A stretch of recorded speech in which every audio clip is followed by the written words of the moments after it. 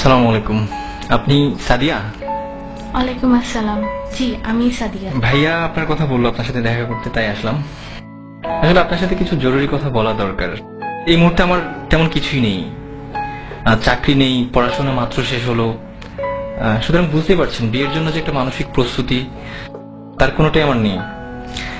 আর আমি জানি ভাইয়া আপনাদের ফ্যামিলিকে অনেক পছন্দ করে, এই জন্যই ভাইয়া চাই যে আমি আপনাকে বিয়ে করি। জি, আমিও তো তাই চাই।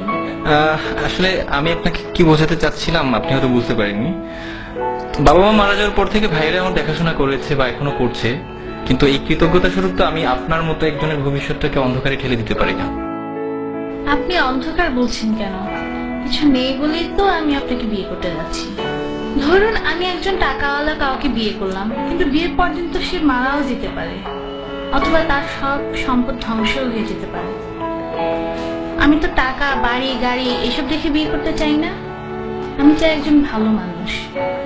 তাছাড়া আজকালকার ছেলেদের যে অবস্থা, তারা যেভাবে চলাফেরা করে, এদের মধ্যে তো ভালো ছেলে পাওয়াটা খুবই মুশকিল। আমি যতটুকু জেনেছি আপনি একজন বিশ্বাসী মানুষ এবং প্র্যাকটিসিং মুসলিম। কিন্তু একটা ব্যাপার কি দেখেন, জীবনে চলতে টাকাটা অনেক বেশি জরুরি। আত্মীয় স্বজন কিংবা বন্ধু বান্ধব যেখানেই যান না কেন, অর্থ ছাড়া আপনি কোনো দাম পাবেন না। আপনি কি মনে করেন যে এই ইটের জেলখানার ভিতরে সুখ আছে? সেখানে আছে মোহ, আছে লোভ, লালসা আর নষ্টামি। তারা সম্পদের পিছনে ছুটতে গিয়ে নিজেদেরকেই হারিয়ে ফেলে। স্বামী স্ত্রীর মাঝে কোনো ভালোবাসা নেই। বাবা সন্তানকে দেখতে পারে না, সন্তান বাবাকে দেখতে পারে না।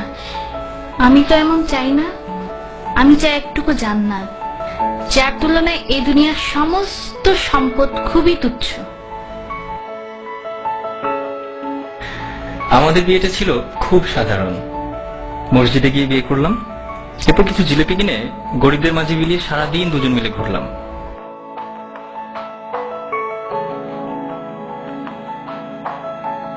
আপনি জানতে চাইতে পারেন কি ছিল আমাদের মাঝে? কিছুই না, একটি শক্তিশালী বিশ্বাস মাত্র।